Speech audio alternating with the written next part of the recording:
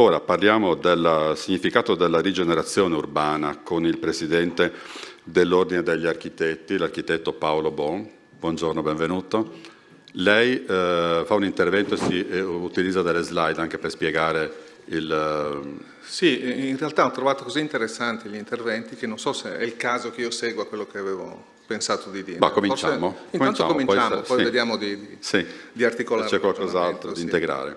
Sì, io l'occasione volevo utilizzarla per verificare alcuni ragionamenti, alcune ipotesi che in questi anni di professione, di docenza in qualche modo ho fatto su questi temi. Per la mia generazione naturalmente la questione residenziale era la centralità assoluta, soprattutto nel periodo di studi, no? Siamo andati in pellegrinaggio a vedere le Siedlung, a vedere Gallaratese, quindi avevamo modo di avere Gino Valle come docente, quindi ci ha parlato 1000 volte di questi tipi di interventi. Quello di cui mi sono convinto è che all'interno della società, di uno sviluppo virtuoso della società, il tema dell'edilizia residenziale sia di centralità assoluta, ma ancora di più che lo sia il tema dell'edilizia sociale. In quale logica? Uno dei testi più citati appunto negli anni '80 era questo manuale di Diotallevi e Mariscotti, che è stato pubblicato nel 1948 e che usavamo appena possibile, intitolato Problema sociale costruttivo dell'abitazione, e che proprio all'inizio, al primo capitolo, diceva la morale è anche questione di metri quadri.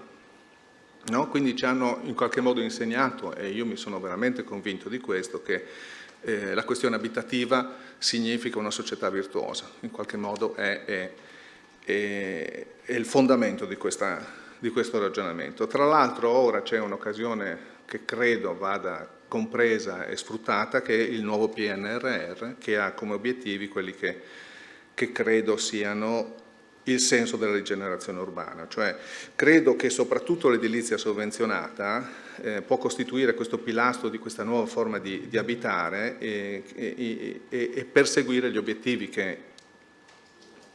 su cui concordiamo e il PNR esplicita, cioè coesione e inclusione,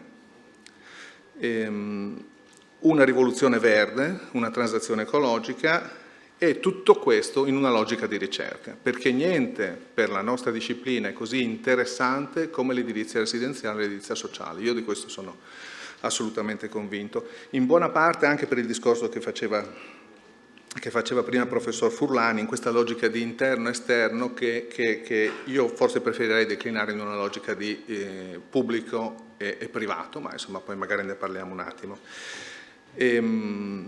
Torniamo alla rigenerazione urbana, quindi se è vero che la città è il luogo in cui l'abitare trova la possibilità di soddisfare in modo sostenibile per l'appunto tutto quello che è il bisogno legato alla socialità e ai servizi, è vero che su questo dobbiamo lavorare.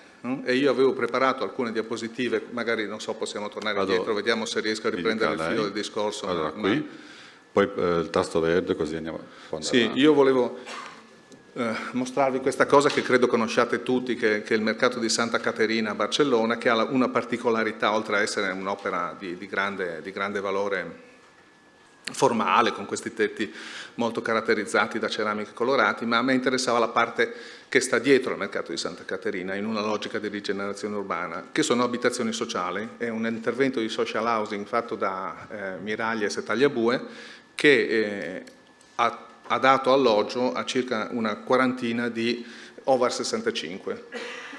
Quindi qual era il ragionamento che mi interessava? Rigeneriamo una zona molto centrale di una città e facciamo in modo che il punto centrale di questa rigenerazione sia una casa di edilizia sovvenzionata e per di più per una fascia sociale, una fascia diciamo, di età sopra i 65 anni, in qualche modo anche una fascia sociale ovviamente, ma inseriamo questo oggetto, questi alloggi, queste persone quindi in un tessuto che è fatto da un luogo pubblico importante come il mercato rionale, nel centro di una città storica e con tutti questi spazi di filtro fra pubblico e privato che appunto qualificano in maniera virtuosa questo intervento. questa era una delle cose che volevo mostrare. Poi, scusi, ma posso fare una domanda? Cioè, quindi questo tipo di intervento come dire, demolisce anche le teorie dei quartieri satellite che in qualche modo potevano essere proprio i quartieri di edilizia residenziale? Sì, questa è la continuazione correttamente del ragionamento, cioè se è vero che dobbiamo puntare sull'edilizia sociale, dobbiamo capire come farlo, perché appunto abbiamo avuto grosse delusioni, no? Questo lo sappiamo. E allora quello che volevo un po' proporre come ragionamento era questo, no? Io credo che in qualche modo siamo di fronte a un'emergenza abitativa, un'emergenza non quella del dopoguerra, ma con altro carattere, ma certamente il Covid da una parte, i flussi migratori da un'altra direzione, l'innalzamento dell'età media, sono tutte condizioni che ci costringono a ripensare l'abitare e soprattutto l'abitare sociale. Allora, penso che a questo punto, se è vero che soprattutto da parte di progettisti e amministratori, no, dobbiamo avere un approccio che sia appunto contemporaneo, quindi generoso, sostenibile e basato su esigenze reali, che badate non sono la domanda, quella che viene costruita in maniera spesso fittizia, ma effettivamente una ricerca delle esigenze reali. Dobbiamo pensare che all'interno della città devono essere collocate in un processo di densificazione e di rapporto molto corretto fra pubblico, privato, interno e esterno, i nuovi alloggi di edilizia sociale. Quindi io proporrei di abbandonare l'idea dei quartieri satellite e assolutamente di operare invece in una densificazione della città, perché sono convinto che la città, in particolare la città italiana, sia il modello di insediamento che più garantisca accessibilità ai servizi, che più garantisca qualità sociale e equità sociale. Poi possiamo da qui partire con molti ragionamenti. Uno potrebbe essere appunto il rapporto col Verte, il rapporto fra città e campagna. Sì. E il giusto equilibrio tra riqualificazione e manutenzione anche di questi edifici come si trova? Sì, uso le slide allora, così Prego. le ho portate per un motivo valido. Questo era il quartiere, naturalmente l'abbiamo visto anche prima, no? Un edificio che è stato in qualche modo simbolico di un certo modo di operare, cioè facciamo atterrare un'astronave su un territorio libero che è a basso costo, ma questo ha alla base un ragionamento molto articolato sugli spazi anche pubblici, sugli spazi comuni, sulla socialità, sul modo di vivere i luoghi, ma non ha il contesto. È un po' il ragionamento che credo facessero prima i colleghi antropologi e filosofi. No? Cioè, se un edificio non ha un contesto, perché per scelta è collocato in una mancanza di contesto, non può funzionare. Tanto è vero che 10 anni dopo, quando Gino Valle ragiona su degli edifici di edilizia sociale all'interno di Venezia, invece parte proprio da una griglia che ha le dimensioni di spazi pubblici soprattutto, ma anche di spazi privati, che sono quelli del contesto veneziano, che è inserito in un tessuto molto denso che contribuisce a densificare, che si preoccupa molto degli spazi del rapporto fra gli spazi vissuti in modo pubblico e in modo privato, no? Quindi grande attenzione a quello che è per esempio il piccolo giardino privato, la corte, la calle, quindi il ragionamento è questo. In 10 anni è stato compreso immediatamente che non era possibile più operare come era stato fatto nel 74 in via di Giusto. E quindi questa probabilmente è la direzione. E dal punto di vista della nuova edilizia sociale, potremmo individuare, secondo me, a parte il tema della manutenzione che è fondamentale e dipende soprattutto dalla produzione, ma credo che poi ne parleremo. Mi interessava moltissimo il tema della riqualificazione e quindi ho portato questo esempio che spero non sia troppo conosciuto, ma sicuramente è famosissimo perché ha vinto un premio Pritzker, che è l'intervento di Lacaton e Vassal a Bordeaux. E che si tratta di sostanzialmente l'aggiunta di 2 fronti laterali sull'intero sviluppo dell'edificio. E mi piaceva molto appunto verificare il fatto che semplicemente offrendo agli abitanti di questi luoghi una vista verso l'esterno, e torniamo al discorso di prima, no? E quindi sfondando il muro che separa interno ed esterno, la qualità aumenta immediatamente. Per di più vengono attribuiti degli spazi lasciando intatto l'interno, cioè se non demolendo qualche tramezzo, appiccicando insomma questi fronti laterali, però sfondando la parete, quindi aumentando gli spazi per esempio dove sostare, i living, no? e riducendo in qualche modo invece gli spazi distributivi e gli spazi per le camere, cioè un ragionamento più sulle terrazze, se vogliamo essere proprio banali, che sui servizi. No? Vediamo se c'è un'altra immagine.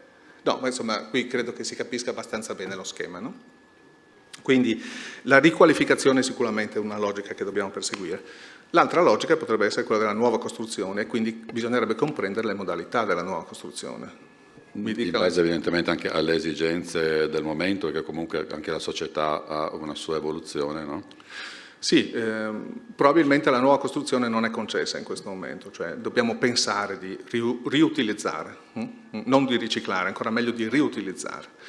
E quindi in una logica appunto di nuova costruzione, ero andato a rivedermi gli scritti di Gio Ponti, ma non so quanto tempo abbiamo per sviluppare questa cosa, forse... perché se può comunque dirci quest'ultima cosa, così sì, poi... credo che appunto in una logica di nuova costruzione sia soprattutto importante, al di là di comprendere le esigenze, no? E di trovare le collocazioni corrette e di qualificare gli spazi nel modo corretto, ma soprattutto credo che sia necessaria una standardizzazione di questi nuovi edifici. No?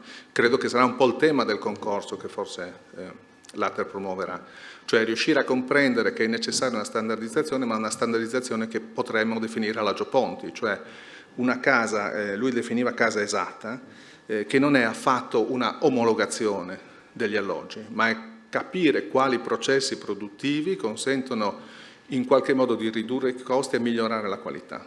Quindi non omologazione, ma esatta progettazione. Detto veramente in due parole.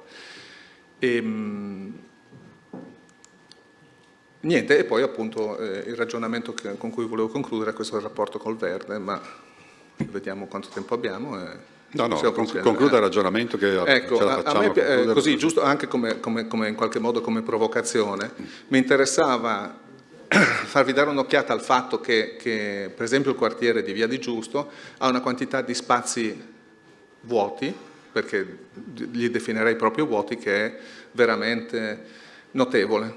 Allora, se è vero che lo standard del verde è importante, lo è fino a un certo punto, è la qualità del verde che è importante. No? Allora abbiamo visto molti esempi ultimamente di verde collocato sul fronte degli edifici o sulle terrazze degli edifici, che ovviamente è più un fatto ironico che di reale soluzione dei problemi, no? Quindi, e ha provocato spesso il processo di gentrificazione di questi luoghi, insomma non credo che sia questo il termine in cui ragionare col verde. Invece ragionare probabilmente su una riqualificazione di tutti gli spazi verdi, che sono ampissimi per esempio nella zona di Via di Giusto, e magari anche in una densificazione di questi luoghi, credo che potrebbe essere molto interessante invece.